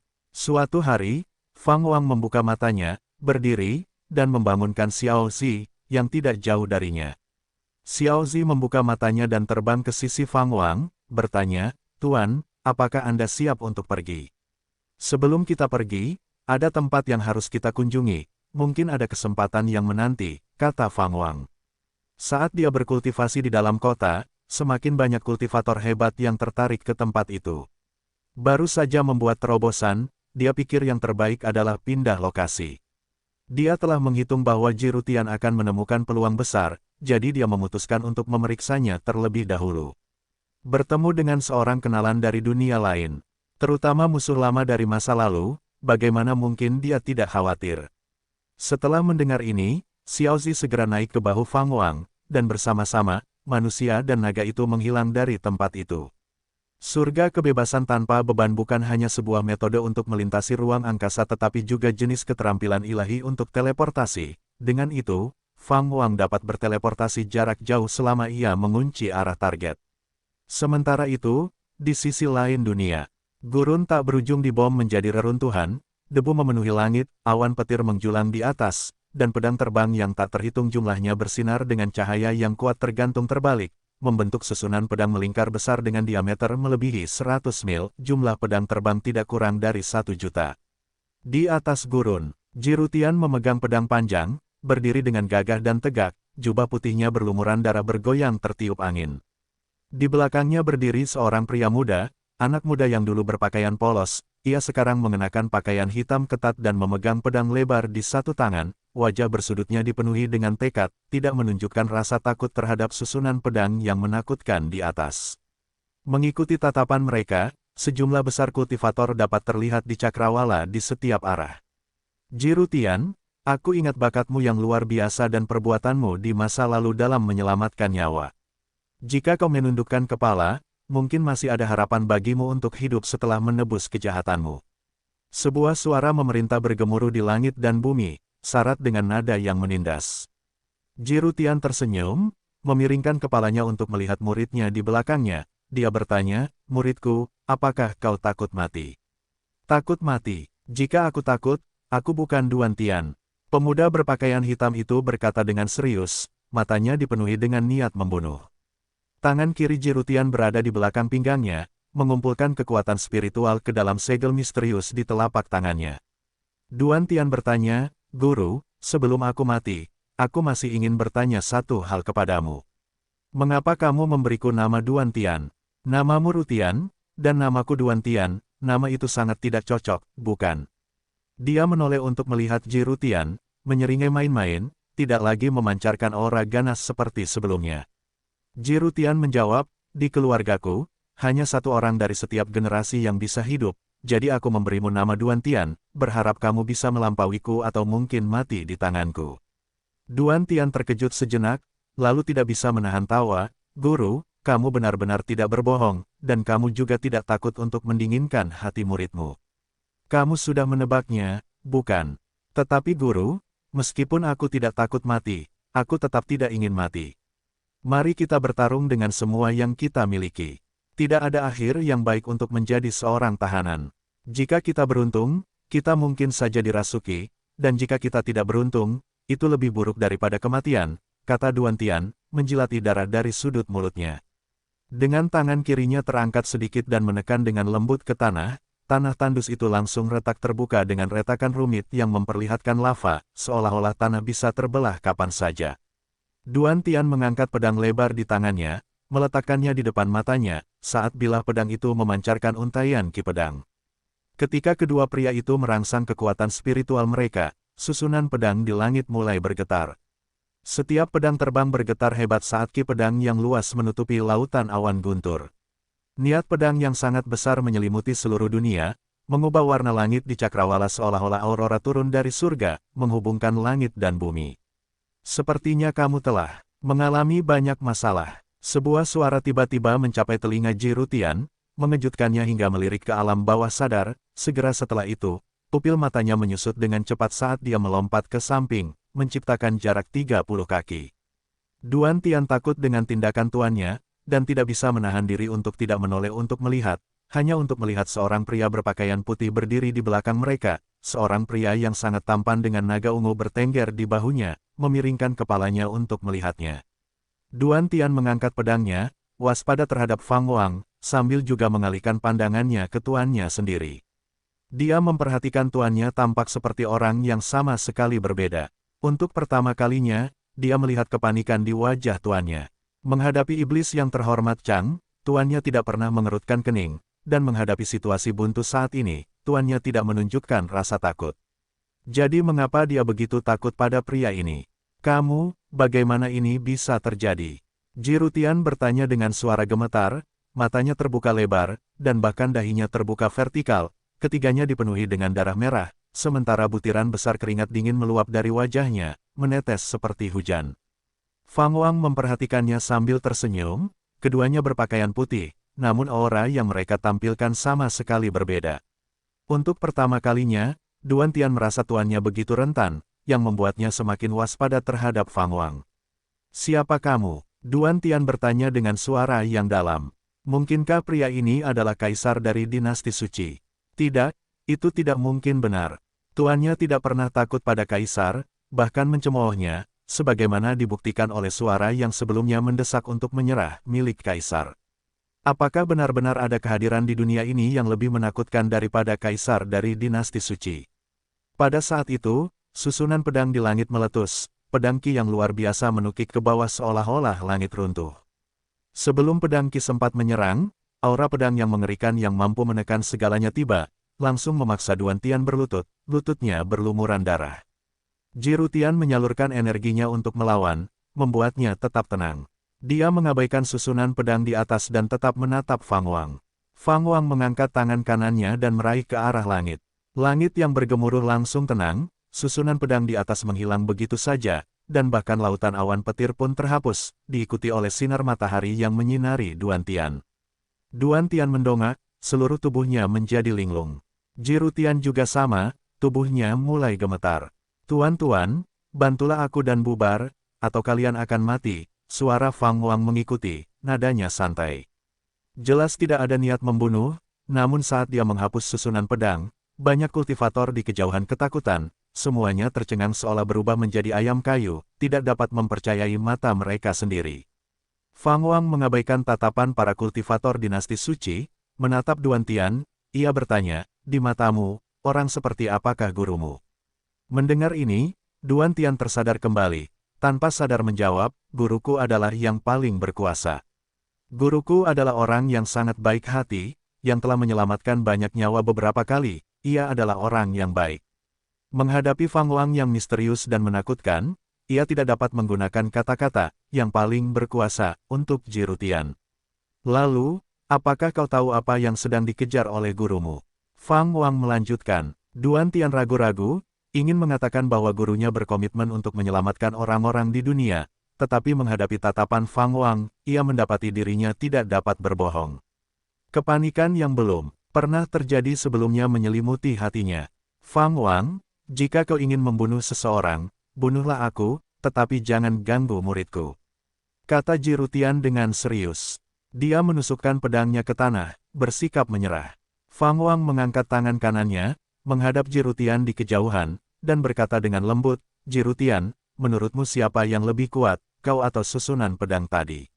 Bab 368, Bab 365, Ketenangan Abadi, terbunuh dengan satu pukulan. Saat berhadapan dengan telapak tangan Fang Wang, Ji Rutian sekali lagi merasakan perasaan tercekik yang telah lama ia rindukan. Ia tidak pernah malu, tidak peduli seberapa kuat musuhnya, tetapi hanya saat menghadapi Fang Wang ia merasa benar-benar sulit untuk mengumpulkan keberaniannya. Ji Rutian menggertakkan giginya, dan tiba-tiba, dengan raungan histeris, ia berteriak, "Fang Wang, mengapa kau tidak membiarkanku pergi? Dari dunia Xuanzu ke dunia Qiyun ini, mengapa kau ada di mana-mana? Kau mencuri takdirku, merenggut hidupku, sekarang hanya aku yang tersisa dari keluarga Ji, dan kau masih menolak untuk membiarkanku pergi. Jika memang begitu, maka bunuhlah jika kau harus, mengapa merendahkanku?" Pada saat ini, Ji Rutian menyerupai seekor singa di ujung jalannya, marah dan putus asa, menyebabkan Duan Tian melamun. Ia belum pernah melihat Ji Rutian begitu putus asa. Apakah benar-benar tidak ada kesempatan untuk bertahan hidup? Itulah yang Duan Tian pikirkan dalam hatinya, dan dia tidak dapat menahan diri untuk tidak melihat Fang Wang, yang wajahnya begitu dingin, jubah putihnya berkibar, memperlihatkan keanggunan seorang yang abadi. Jika benar-benar ada yang abadi di dunia ini, mereka pasti terlihat seperti ini, bukan? Duan Tian tidak dapat memahami mengapa ide seperti itu tiba-tiba muncul di benaknya, bahkan dia menganggapnya tidak masuk akal. Intuisinya mengatakan kepadanya bahwa mungkin ada kesempatan untuk hidup. Dia tidak memiliki kebencian yang begitu dalam terhadap Fang Wang seperti yang dimiliki Ji Rutian, jadi dia dapat tetap tenang untuk menganalisis. Jika Fang Wang bermaksud membunuh mereka, mengapa dia menyelamatkan mereka? Fang Wang menatap Ji Rutian dan dengan tenang berkata, "Apakah kamu tidak salah? Bukannya aku menyimpan dendam padamu, kamulah yang pertama kali menentangku. Kamu membantu iblis untuk merusak alam fana lainnya, membantai orang-orang yang tidak bersalah, dan sekarang kamu datang ke alam ini dengan berpura-pura menjadi penyelamat. Apakah kamu pikir kamu dapat menebus dosa-dosamu? Bisakah kamu benar-benar hidup dengan dirimu sendiri? Aku menyimpan dendam padamu. Awalnya, aku hanya mengirim orang untuk merekrutmu. Orang-orang bodoh itulah yang sombong, memandang rendah dirimu. Mereka tidak hanya meremehkanmu, tetapi ketika keadaan memburuk, mereka menyalahkanku, meskipun merekalah yang memintaku untuk mendekatimu. Bagaimana dengan sekte orang suci pencuri surga? Saat itu, berapa banyak orang yang tidak punya pilihan selain bergabung dengan sekte orang suci pencuri surga? Apakah kau memusnahkan mereka semua? Apakah kau yakin bahwa setelah aku bergabung dengan sekte orang suci pencuri surga, aku benar-benar membantai orang-orang tak berdosa? Jirutian berteriak dengan marah, melampiaskan rasa frustrasi yang telah lama ia pendam. Dia berkata dengan gigi terkatup, saya akui, saya Jirutian bukanlah orang baik, saya akan melakukan apapun untuk tujuan saya sendiri, tetapi saya tidak pernah menindas yang lemah. Saya bergabung dengan sekte pencuri surga hanya untuk mendapatkan kekuatan roh orang suci. Fang Wang, saya memang merasakan kehadiran Anda di dekat gua surga orang suci agung, dan pada saat itu, saya bisa saja menghancurkan Anda, tetapi saya tidak melakukannya. Hanya setelah Anda menjadi lebih kuat, saya mulai merencanakan untuk melawan Anda. Saya tidak menyesali hal-hal yang telah saya lakukan, saya hanya tidak dapat memprediksi seberapa cepat Anda akan tumbuh. Saat dia berbicara, dia juga menyadari sesuatu. Ini sepertinya bukan Fang Wang yang dia kenal. Dalam ingatannya, Fang Wang sangat mematikan. Jika dia bermaksud membunuh seseorang, dia tidak pernah peduli dengan benar atau salah. Ini juga sebabnya dia takut pada Fang Wang, pria itu terlalu kejam saat memberikan pukulan mematikan, tidak pernah ragu-ragu. Tepat saat secercah harapan mulai muncul di hati Jirutian, lengan kanan Fang Wang tiba-tiba bergeser ke samping. Dengan suara ledakan, cahaya keemasan menyerang dari ujung bumi yang terjauh, menimbulkan debu dimanapun ia lewat. Dalam sekejap mata, cahaya itu mencapai Fang Wang, yang meletus dengan energi yang luar biasa, melonjak ke langit. Api energi yang membentuk penghalang besar, melindungi Jirutian dan Duantian, dan menghalangi cahaya keemasan yang menyerupai sungai yang deras. Rambut Fang Wang berkibar saat ia melihat ke samping tanpa mengubah ekspresi dan berkata, Jirutian, kau telah didorong ke titik ekstrim seperti itu oleh orang-orang seperti itu, apakah kau masih berpikir kau dapat bersaing denganku untuk mendapatkan jalan surgawi? Jirutian berhenti gemetar, menarik napas dalam-dalam, dan mencoba menenangkan diri. Duantian dengan cepat berkata, Senior, dinasti Sein mengendalikan alam fana, iblis yang terhormat yang sebelumnya membantai orang-orang tak berdosa adalah hewan peliharaan iblis dari mantan kaisar dinasti Sein. Dinasti suci membiarkan iblis yang terhormat membantai dinasti lain dan kemudian bertindak untuk menekannya, dengan demikian mendapatkan hati rakyat. Kami tidak pernah mengantisipasi bahwa tuanku akan bertindak dan membunuh iblis yang terhormat, membuat kaisar marah, yang karena malu, melemparkan tuduhan kepada kami dan mengejar kami tanpa henti. Fang Wang mengepalkan tangan kanannya, dan cahaya keemasan di depannya langsung menghilang. Mengikuti tatapan Fang Wang, seorang pria berpakaian emas melangkah maju melalui hutan belantara 100 mil jauhnya. Kultivasi alam jiwa sejati. Selain itu, dia bukan seorang praktisi biasa dari alam jiwa sejati, tetapi kemungkinan telah mencapai melampaui tingkat ketujuh. Tubuhnya dipenuhi dengan dosa dan kekuatan karma. Jika orang ini memang kaisar suci dari dinasti suci, maka apa yang dikatakan Duantian adalah benar. Kekuatan karma tidak dapat menipu orang. Dengan setiap langkah yang diambil pria berpakaian emas itu, jiwa sejati naga emas menyatu di belakangnya. Setelah 9 langkah, 9 naga menggeliat dengan mengesankan, aura mereka tak tertandingi. Sosok-sosok turun dari langit, melayang di belakang pria berpakaian emas itu. Di antara orang-orang ini, ada pria dan wanita, semuanya mengenakan jubah ungu yang disulam dengan binatang buas yang berbeda, totalnya ada 12. Masing-masing memegang harta roh kehidupan mereka yang unik, dan mereka mulai merapal mantra, terus-menerus mencetak segel telapak tangan ke belakang pria berpakaian emas itu. Kamu belum menyatakan namamu, tetapi kamu ingin menyelamatkan seseorang dari tanganku, bukankah kamu terlalu percaya diri? Pria berpakaian emas itu berbicara, suaranya acuh tak acuh tetapi penuh dengan otoritas. Fang Wang menatap pria berpakaian emas itu dan dengan tenang bertanya, apakah kamu kaisar suci? Memang benar, kalau begitu tidak salah lagi. Fang Wang melirik Jirutian dan bertanya, kamu ingin aku membantumu melawannya? Bukankah seharusnya kamu menunjukkan ketulusan terlebih dahulu? Setelah mendengar ini, wajah Jirutian berubah-ubah antara bayangan awan dan sinar matahari. Pada saat itu, Kaisar Suci bergerak lagi, dia mengangkat telapak tangannya dan menyapukannya ke arah Fang Wang. Dengan gerakan ini, hamparan kekuatan spiritual yang luas meledak dari bumi seperti lautan emas. Momentumnya luar biasa. Dari lautan emas ini, banyak naga emas melonjak keluar dari titik pandang yang tinggi. Tanah langsung dicat dengan emas. Boom, boom, boom. Energi yang Fang Wang menahan serangan emas, naga raksasa, sebesar punggung gunung, tidak dapat menembus energi yang, dan mereka menggerogoti dengan marah. Fang Wang melirik Jirutian, tampaknya tidak menganggap serius Kaisar Suci sama sekali. Wajah Jirutian berubah-ubah, karena dia memahami maksud di balik tatapan Fang Wang. Kaisar Suci di kejauhan sedikit mengubah ekspresinya, dia melompat, memimpin 12 pembudidaya berjubah ungu untuk menyerang Fang Wang bersama-sama. Kecepatan mereka sangat mencengangkan, ki mereka terbakar menjadi api, menyerupai meteorit yang jatuh dari atas langit, menyerang dengan kekuatan tirani. Di luar jangkauan energi yang, bumi hancur, batu-batu beterbangan, dan gelombang debu mencapai ratusan kaki tingginya. Dampaknya menyapu ke segala arah dengan jelas, menyelimuti seluruh benua. Duan Tian membuka mulutnya karena tidak percaya. Dia bisa merasakan momentum Kaisar Suci, sangat kuat, namun makhluk sekuat itu tidak dapat mengalahkan pria misterius di hadapannya. Dia tiba-tiba mengerti mengapa gurunya sangat takut pada orang ini. Benar-benar tak terduga, Kaisar Suci mengerutkan kening dan mulai merapal mantra dengan cepat. Keterampilan ilahi turun tanpa henti, terus-menerus mengubah lanskap bumi. Bahkan ruang di sekitarnya berubah dengan cepat. Wajah Jirutian berubah antara awan dan sinar matahari, saat dia mengepalkan tangannya di balik lengan bajunya. Dia menarik napas dalam-dalam dan dengan bunyi gedebuk, dia berlutut dengan satu lutut. Dia menundukkan kepalanya yang bangga dan berkata dengan sungguh-sungguh, "Tolong, Dao Surgawi, selamatkan kami, guru dan murid. Kami bersedia bergabung dengan Wang Dao, dan mengikuti guru Dao sebagai pemimpin kami."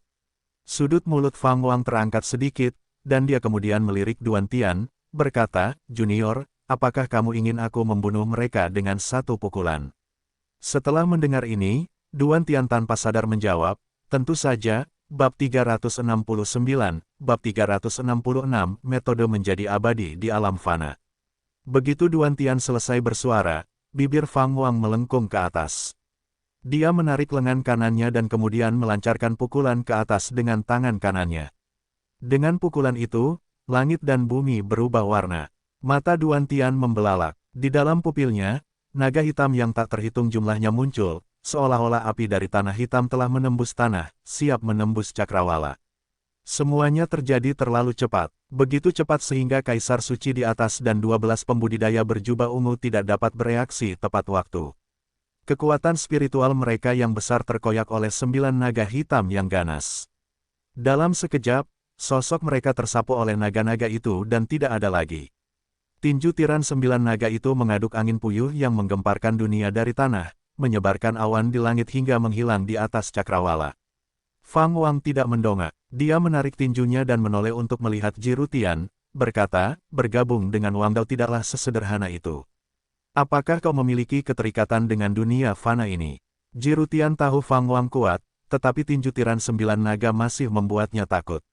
Jubahnya berkibar kencang, dan rambutnya yang panjang berkibar, tidak dapat tenang untuk beberapa saat. Dia menundukkan kepalanya untuk bertemu dengan tatapan Fang Wang dan berkata, "Aku bukan dari tempat ini sejak awal, jadi tentu saja, aku tidak memiliki keterikatan." Dia sepertinya mengingat sesuatu dan kemudian menambahkan, "Ada keterampilan ilahi di alam ini. Aku telah mendengar jiwa seorang Santo Agung menyebutkan bahwa keterampilan ilahi ini milik Santo Agung Qiyun, keterampilan ilahi yang tak tertandingi dengan kekuatan untuk menembus langit dan bumi." "Di mana itu?" "Di barat. Barat adalah tempat sekte terkuat di dunia fana ini berada, dan hierarki sekte mereka tidak kalah kuat dari Kaisar Santo. Pimpin jalan." "Baiklah." Jirutian menatap Duan Tian dan kemudian mengangkat tangannya untuk memanggil pagoda. Pagoda itu membesar dengan cepat, dan guru serta muridnya terbang ke dalamnya, diikuti oleh Fang Wang. Pagoda itu membumbung tinggi ke angkasa. Fang Wang berdiri di tepi teras, merasakan angin sepoi-sepoi di wajahnya. Keributan dari 9 naga tinju tiran belum sepenuhnya mereda, dan para pembudidaya dinasti suci di kejauhan melihat pagoda itu terbang ke arah mereka, dengan tergesa-gesa menghindar dan melarikan diri dengan panik, tidak berani menghalangi jalannya. Meskipun Jirutian dan Duan Tian berdiri sejajar dengan Fang Wang, mereka tetap menjaga jarak 10 langkah di antara mereka. Xiao Zi berbaring di bahu Fang Wang, dengan penasaran mengamati Jirutian dan Duan Tian. Melihat Fang Wang terdiam, Jirutian tidak dapat menahan diri untuk tidak bertanya, "Bagaimana kamu bisa sampai ke alam ini?" Fang Wang menatap ke depan dan menjawab, untuk mencari teknik rahasia yang tak tertandingi. Bagaimana denganmu? Teknik rahasia yang tak tertandingi. Jirutian mengira alasannya terdengar tidak masuk akal, tetapi itu bisa saja benar. Sebelum dia pergi, Fang Wang sudah memiliki keunggulan yang tak terkalahkan, dan Jirutian tidak dapat memikirkan siapapun yang dapat menekan kebangkitan Fang Wang. Dia ragu sejenak dan berkata, tentu saja, untuk menghindarimu. Jika aku tetap berada di alam fana yang sama denganmu, aku ditakdirkan untuk tidak meraih takdir terbesar. Leluhur keluargaku menggunakan teknik rahasia untuk membawaku ke alam ini. Duan Tian mendengar untuk pertama kalinya bahwa Jirutian tidak termasuk dalam alam fana ini, tidak heran begitu banyak orang tercengang dengan kemunculan tiba-tiba gurunya. Kalau begitu, apakah kamu sudah menguasai metode untuk melintasi alam fana? Fang Wang bertanya dengan lancar. Jirutian menggelengkan kepalanya, berkata, leluhurku sekarang hanyalah jiwa yang tersisa. Setelah menggunakan teknik rahasia, dia tertidur lelap, kecuali dia terbangun. Matanya bergerak, tiba-tiba merasa penasaran apakah Fang Wang memiliki teknik rahasia seperti itu. Dia teringat kembali saat Fang Wang tiba-tiba muncul di sampingnya, dan bahkan sekarang, pikiran itu membuatnya merinding, dia sama sekali tidak merasakan kedatangan Fang Wang. Berjuang untuk takdir tertinggi adalah demi kenaikan, tetapi mengapa seseorang harus naik? Leluhurmu seharusnya adalah orang suci yang agung dan harus tahu bahwa kenaikan tidak begitu mulia, kata Fang Wang dengan nada serius. Jirutian tersenyum pahit dan berkata, memang tidak begitu mulia, tetapi apa yang harus kita para kultivator lakukan ketika kita mencapai puncak di alam fana? Jika kita tidak naik, bagaimana kita bisa menjadi abadi? Jika kita tidak menjadi abadi, bagaimana kita bisa mencapai kehidupan kekal? Bahkan orang suci dan kaisar agung tidak dapat hidup selamanya. Fang Wang bertanya, jika ada metode untuk menjadi abadi di alam fana, apakah kamu masih akan naik? Mendengar ini, Jirutian segera menjawab, tentu saja tidak, tapi...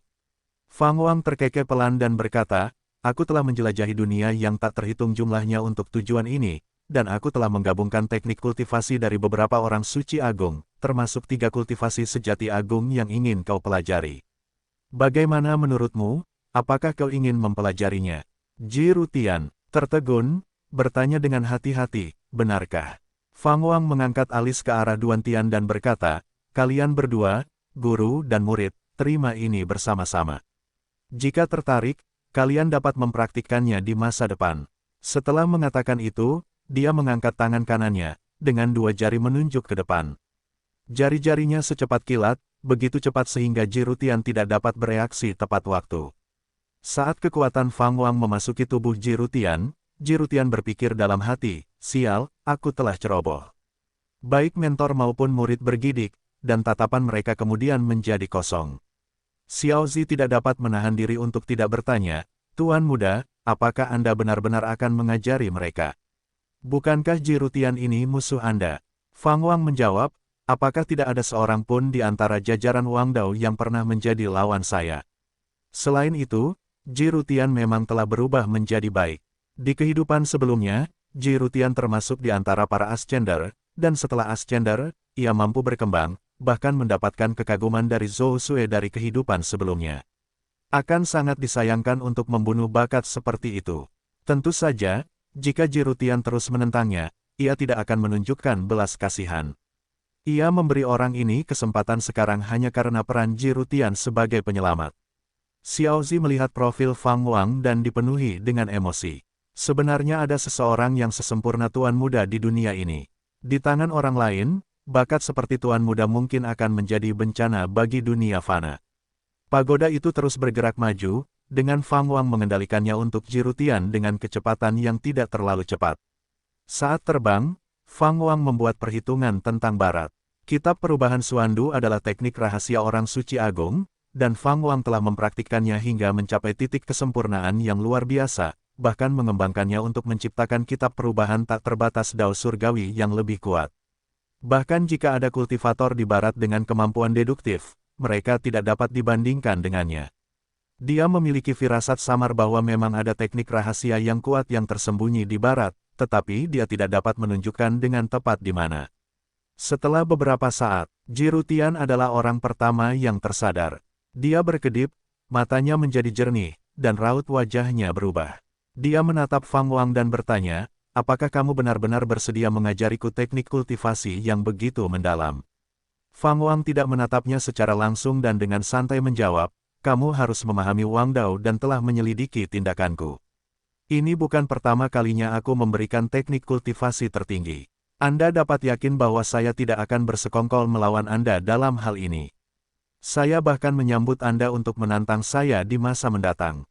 Jirutian terkejut dengan kemurahan hatinya. Bahkan Jirutian yang biasanya sombong pun merasakan rasa rendah diri pada saat itu, bukan dalam hal kekuatan, tetapi dalam hal keberanian dan visi. Apa nama teknik ini? Kitab Suci Dao Surgawi yang Maha Tinggi. Fang Wang memang menyembunyikan sesuatu, tetapi dia tidak berpikiran sempit. Bahkan kitab suci Dao Surgawi yang Maha Tinggi saja sudah cukup bagi Jirutian untuk dikultivasikan selama bertahun-tahun. Mengulang-ulang nama itu dalam hati dan mengingat seluk-beluk teknik itu, mata Jirutian menjadi bersemangat. Teknik ini bahkan lebih kuat dari keterampilan Taoisme Zhou Tian miliknya. Duan Tian juga terbangun dan bahkan lebih bersemangat daripada Jirutian.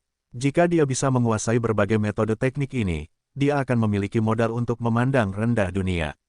Dia mengangkat matanya ke Fang Wang, tatapannya menyala dengan antusiasme. Melihat sorot mata muridnya, Jirutian tidak bisa menahan senyum kecut, lalu melanjutkan dengan sebuah pertanyaan, pasti akan ada konflik ketika kita pergi ke barat untuk mencari keterampilan ilahi. Bagaimana kita harus bertindak? Fang Wang, melihat ke depan, menjawab dengan tenang, konflik apa? Masuk saja, bagaimana mereka akan menyerahkan warisan orang suci yang agung? Bahkan jika kamu menawarkan teknik ini sebagai gantinya, mereka mungkin tidak setuju tanpa memahaminya. Jangan khawatir, aku hanya perlu mengepalkan tanganku, dan mereka akan tersenyum dan menunjukkan keterampilan ilahi. Jirutian terdiam, terkejut. Sial, apakah orang ini nyata? Tapi, mengikuti seseorang seperti dia, mengapa terasa begitu menggembirakan? Bab 370, Bab 367, Legenda Xuanzu, menyerang surga barat. Dunia Qiyun sangat luas, tetapi tidak seluas dunia Xuanzu. Dari mulut Jirutian, Fang Wang mengetahui nama alam fana tempat benua naga yang menurun berada. Xuanzu, ini adalah pertama kalinya Fang Wang mendengar nama ini. Dia bertanya kepada Jirutian tentang legenda Xuanzu. Jirutian tidak tahu banyak, hanya mendengar satu atau dua legenda. Xuanzu adalah makhluk kuno yang menempa alam fana, lebih kuno dari para orang suci tertinggi. Saat itu, tidak ada manusia, jadi sulit untuk memahami tindakan spesifiknya. Baru kemudian manusia menggali relik yang ditinggalkan oleh ras lain, di mana kehadiran Xuanzu digambarkan. Legenda mengatakan bahwa sebelum kelahiran langit dan bumi, semuanya kacau. Xuanzu datang dari kedalaman kegelapan, menciptakan alam fana, dan kemudian pergi, kata Jirutian sambil mengendalikan menara harta karun. Fang Wang hanya menerima sedikit informasi dan harus menyerah. Ia kemudian mulai mencari tahu tentang surga barat di alam ini. Menara harta karun itu terbang dengan kecepatan tinggi. Menurut Jirutian, akan memakan waktu setengah hari untuk mencapai surga barat. Sekte surga barat disebut sekte mengejar surga, sekte Buddha yang semakin menarik minat Fang Wang. Tidak heran disebut surga barat. Mungkinkah itu terkait dengan alam Buddha surga barat dari mitologi Huaxia? Duan Tian mendengarkan gurunya dan Fang Wang berbicara, merasa gelisah seperti kucing yang menggaruk hatinya. Ia sangat ingin tahu tentang latar belakang Fang Wang, tetapi tidak dapat bertanya secara langsung, jadi ia mencari kesempatan untuk berbicara dengan gurunya secara pribadi. Ia tidak pernah membayangkan bahwa gurunya akan tunduk kepada seseorang, dan ia dapat melihat bahwa suasana hati gurunya membaik, tampaknya mulai menikmati melayani orang ini. Di bawah senja, puncak-puncak menjulang dari tanah loes, dengan bunga-bunga dan rumput yang langka, memperlihatkan pemandangan yang sunyi. Menara harta karun mendekat dari Cakrawala, menara yang sama milik Jirutian, dengan Fang Wang dan yang lainnya masih berdiri di teras, memandang ke kejauhan. Setibanya di benua ini, Fang Wang merasakan energi spiritual yang luar biasa, bercampur dengan kekuatan khusus yang tidak dapat diidentifikasinya, tetapi yang dapat memengaruhi pikiran makhluk hidup. Untungnya, dengan kultivasinya yang mendalam dan telah mempraktikkan buku perubahan tak terbatas Dao Surgawi, dia tidak terpengaruh. Xiaozi juga memperhatikan ini dan tidak dapat menahan diri untuk berkata, "Guru, tempat ini menakutkan." Saya merasakan rasa bersalah yang tidak dapat dijelaskan. Duan Tian mengangguk setuju. Jiru Tian menjelaskan, ini adalah energi Buddha dari Sekte Mengejar Surga. Legenda mengatakan bahwa dahulu kala, seorang Buddha suci turun ke tempat ini, dan setelah meninggal, meninggalkan ajarannya. Kemudian, orang-orang datang ke sini, menerima warisannya, dan mendirikan Sekte Mengejar Surga. Buddha suci, kekuatan besar dari alam atas. Ketertarikan Fang Wang pada Sekte Mengejar Surga tumbuh. Sejujurnya, dia tidak tahu banyak tentang makhluk ilahi abadi dari alam atas. Meskipun dia telah memperoleh kekuatan ilahi kemalangan dari Dewa Malapetaka, dia bukanlah dewa abadi sejati. Menara harta karun terus maju. Berhenti, ini adalah wilayah Sekte Mengejar Surga, kalian tidak bisa masuk tanpa izin. Sebuah suara gemuruh bergema, seperti guntur yang teredam, bergema di seluruh surga. Fang Wang berkata dengan lembut, teruslah bergerak maju.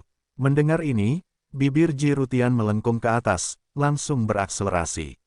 Saat kecepatan menara harta karun meningkat, Duan Tian, dengan basis kultivasinya yang lebih rendah, harus berpegangan pada pagar agar tidak jatuh. Berani sekali, suara gemuruh itu terdengar lagi, kali ini penuh amarah. Saat suara itu menghilang, di ujung dunia, di balik jajaran puncak, muncullah Buddha emas yang agung. Buddha emas itu, yang hanya memperlihatkan tubuh bagian atasnya, tampak seolah-olah dapat menembus langit dengan punggungnya. Buddha emas itu bertelanjang dada, otot-ototnya seperti akar pohon yang terjalin, bahu dan ketiaknya dililit pita sutra emas, matanya melotot, kepalanya dihiasi mahkota Buddha, memancarkan aura agung yang tak tertandingi. Di hadapannya, semua makhluk lain tampak remeh. Ia tampak seolah-olah bukan bagian dari alam fana tetapi datang dari cakrawala. Ini adalah pertama kalinya Duan Tian melihat Buddha seperti itu terwujud, dan tanpa sadar ia mencengkeram pagar lebih erat. Fang Wang mengangkat tangannya, memanggil kipas Qiankun, dan mengayunkannya ke depan. Dengan ayunan itu, pusaran air yang mengerikan meledak, langsung menyapu Buddha emas besar itu dari cakrawala, dan bahkan gunung-gunung di sepanjang jalan itu pun hancur berkeping-keping. Mendominasi. Dalam pandangan Duan Tian, Fang Wang mengayunkan pedangnya sekali, menghancurkan separuh langit dan bumi, membuatnya sangat terguncang dengan guncangan visual seperti itu.